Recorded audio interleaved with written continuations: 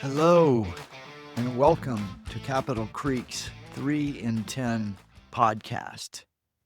Today is Friday, May 16th at 1:45 p.m. Central Time.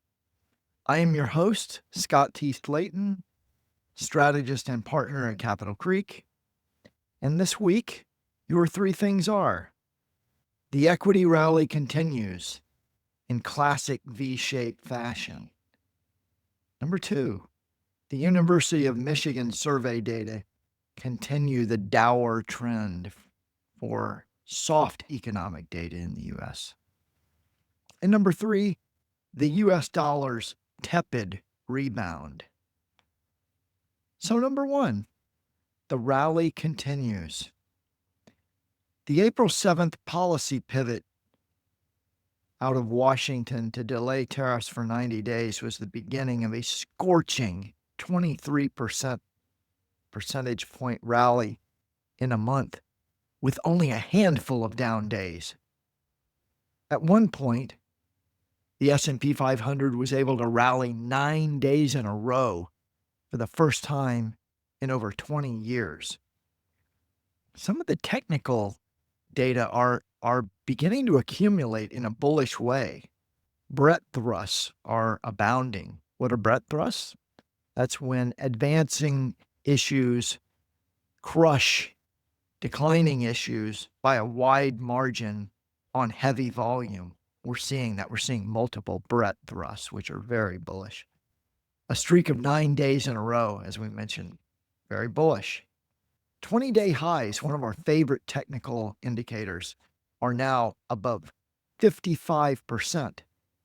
That's fantastic. First time since 2023. So some of this technical work is beginning to accumulate on the bullish side. It really looks unlikely to us that we're going to retest the bear market lows of mid-April. We had thought that we would, but that was before the very big surprise out of the U.S.-China trade negotiations over the weekend, last weekend, which completely surprised us. We were astonished that tariff rates could fall to 30% on Chinese goods and 10% on U.S. goods. Now, granted, this is a 90-day time window to get this done, but we think both sides blinked. It just wasn't sustainable for the two largest economies and traders in the world to have an embargo against each other. And we think that cooler heads prevailed. That tentative deal was very bullish and really reduced the odds of recession in the U.S. We felt very strongly that if we were sitting here in July with an effective trade embargo between the U.S. and China, that not only would we likely have a U.S. recession, we would probably have a global recession. But that's been taken off the table, and the markets loved it, or at least risk assets loved it. And technically speaking, we've rallied over 20%. We've reclaimed more than 2/3 of the down move. And technically speaking, you rally more than 20% percentage points, that's a new bull market. So we're watching. Markets are very overbought. Equities are. We would actually expect some consolidation here because things don't go up in a straight line. But we think the odds of going back down and retesting or making new lows on a recession in the United States, that those risks really look like they're fading. And I think that's what the equity market is screaming at us, those of us who are willing to listen and be open-minded. Now on to number two, the University of Michigan survey data. Just no matter how we slice it, they just really didn't look good. This was a stagflationary piece of data. The sentiment index, current conditions, consumer expectations, all below the surveyed estimates and the priors from the month before, which was in itself a really ugly report. So markets are leading and running ahead and are feeling much better. Consumers don't seem to be feeling very good at all. And the inflation expectations part of this report was downright concerning. The one-year inflation expectations jumped from an already high 6.5 last month to an astoundingly high 7.3% expectation for the next 12 months on the part of consumers. That's pretty scary. I certainly hope they're wrong. The closely followed by the Fed anyway, 5 to 10-year inflation expectations rose also from a pretty high 4.4 up to 4.6, so more than double the Fed's 2% target. That's a problem for the Fed. That the persistence of these surveys indicating higher and higher expectations for future inflation tells me the Fed is at risk of having their longer-term inflation expectations become unmoored to the upside. They can't afford for that to happen. That means they are not going to be able to cut interest rates at the June meeting on June 18th. We had been expecting that they probably would, but we are recalibrating. The probability in the markets now is for less than a 10% probability of a rate cut on June 18th.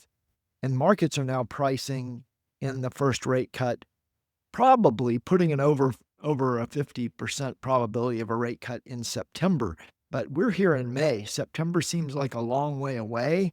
And I think that the Fed is going to have to come to grips with these inflationary expectations.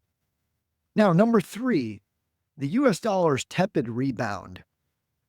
Well, from Inauguration Day in late January through the middle of April, the U.S. dollar fell basis the Bloomberg Dollar Index, which is really, we think, a well-designed and properly weighted index that doesn't give too much weight to the euro and the yen and really spreads out those weightings better. The U.S. dollar fell 8.5% effectively in less than 2 months. That's a really big move for the world's reserve currency. And we look at the bounce. We look at the bounce in equities. Wow, that's really impressive. We look at the bounce in the dollar. Well, maybe there's no bounce at all. I mean, it's really bounced only 1.7% from its low on the 17th of April. We're a month away from that.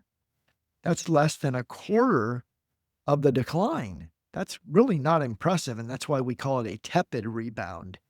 We think that money is still flowing out of U.S. assets and that U.S. exceptionalism is still unwinding. Some of the chaos that occurred between Inauguration Day and today, be it the trade tariffs and how they were rolled out and how they were across the board, adversaries and allies alike, and very heavy-handed on Liberation Day. We all remember the placard that Howard Lutnick was holding, and we couldn't believe those numbers that were on that placard.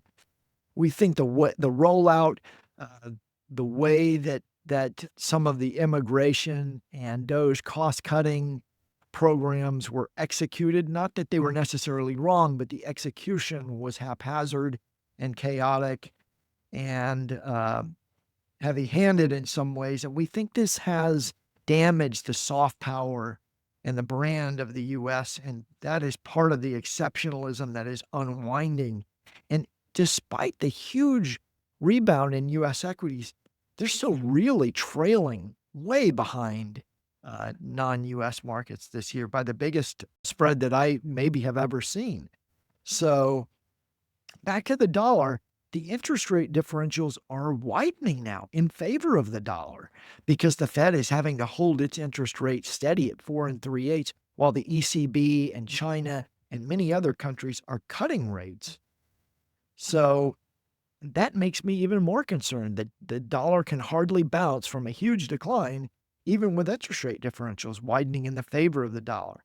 So we see another leg down in the dollar coming this summer. Remember, we wrote this report called A Deep Dive on the Dollar, and the bottom line conclusion was we see a significant multi-year bear market for the dollar that could take the dollar down 25-30% plus, similar to what we saw back in the mid-1980s with the Plaza and Louvre Accords. So we think that there's a good chance that the next leg down could come this summer or in the fall. Falling 8.5%, that's a lot to do in about 6 weeks. And it makes perfect sense to us that the dollar would consolidate here or even rally higher for a while. but the rally has not impressed us at all. And we think we're only about a third of the way through what we expect to be a major bear market for the US dollar. So one of the things that we're expecting to come in coming months would be for the White House and the Treasury to coordinate to begin to jawbone the dollar lower. We think if the focus is on trade and the trade deficit, we don't necessarily think it should be, but it is. And you're going to need more than just tariffs. Tariffs are a necessary but insufficient thing to get the trade balance to normalize or correct. And we think a weaker dollar, and perhaps a much weaker dollar, is going to be necessary combined with tariffs to really make some progress on that trade deficit. But let's all remember that if the trade deficit improves, then the other side of that trade deficit, the capital account surplus, also has to come down. And that means dollars have to be sold. So I'm not sure that that's really been recognized in all of this, but that would be dollar bearish. And so there you have it. Those are your three things for your 3 in 10 podcast. The equity rally continues. Michigan survey data very poor. US dollar's tepid rebound. So that's your 3 in 10 podcast for May 16th. Thank you for listening. Please see our website at capitalcreek.com, tab in the right-hand corner under Market Insights to view and read all of our written work. We'll close with our usual, just be careful out there. Thank you.